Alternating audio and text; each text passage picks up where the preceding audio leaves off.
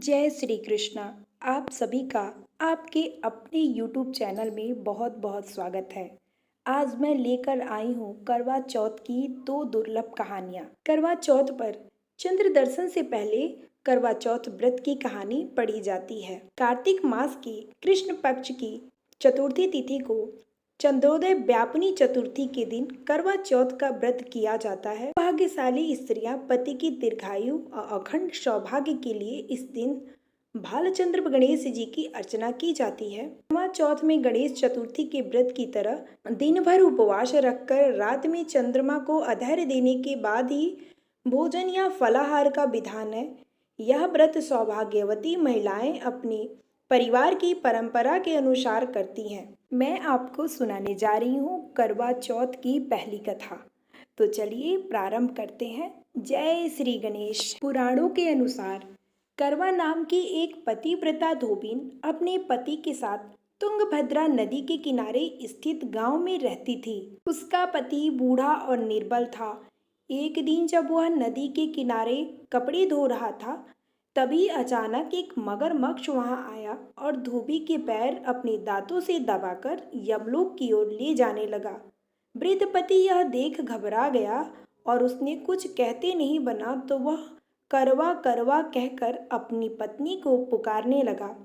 पति की पुकार सुनकर धोबिन करवा वहां पहुंची तो मगरमच्छ उसके पति को यमलोक पहुंचाने ही वाला था। तब करवा ने मगर को कच्चे धागे से बांध दिया और मगरमच्छ को लेकर यमराज के द्वार पहुंची। उसने यमराज से अपने पति की रक्षा करने की गुहार लगाई और बोली, हे भगवान, मगरमच्छ ने मेरे पति के पैर पकड़ लिए हैं। आप मगरमच्छ को इस अपराध के दंड स्वरूप नरक भेज दें। करवा की पुकार सुनकर यमराज ने कहा, अभी मगर की आयु शेष है, मैं उसे अभी यमलोक नहीं भेज सकता। इस पर करवा ने कहा, अगर आपने मेरे पति को बचाने में मेरी सहायता नहीं की तो मैं आपको श्राप दूंगी और नष्ट कर दूंगी। करवा का साहस देखकर यमराज भी डर गए और मगर को यमपुरी भेज दिया। साथ ही करवा के पति को दीर्घ आयु होने का वरदान दिया। तब से कार्तिक मास की कृष्ण पक्ष की चतुर्थी को करवा चौथ व्रत किया जाता है और भगवान से अपने पति की लंबी उम्र की कामना की जाती है। करवा चौथ व्रत की दूसरी कथा। जय श्री गणेश। एक साहूकार के 7 लड़के और एक लड़की थी।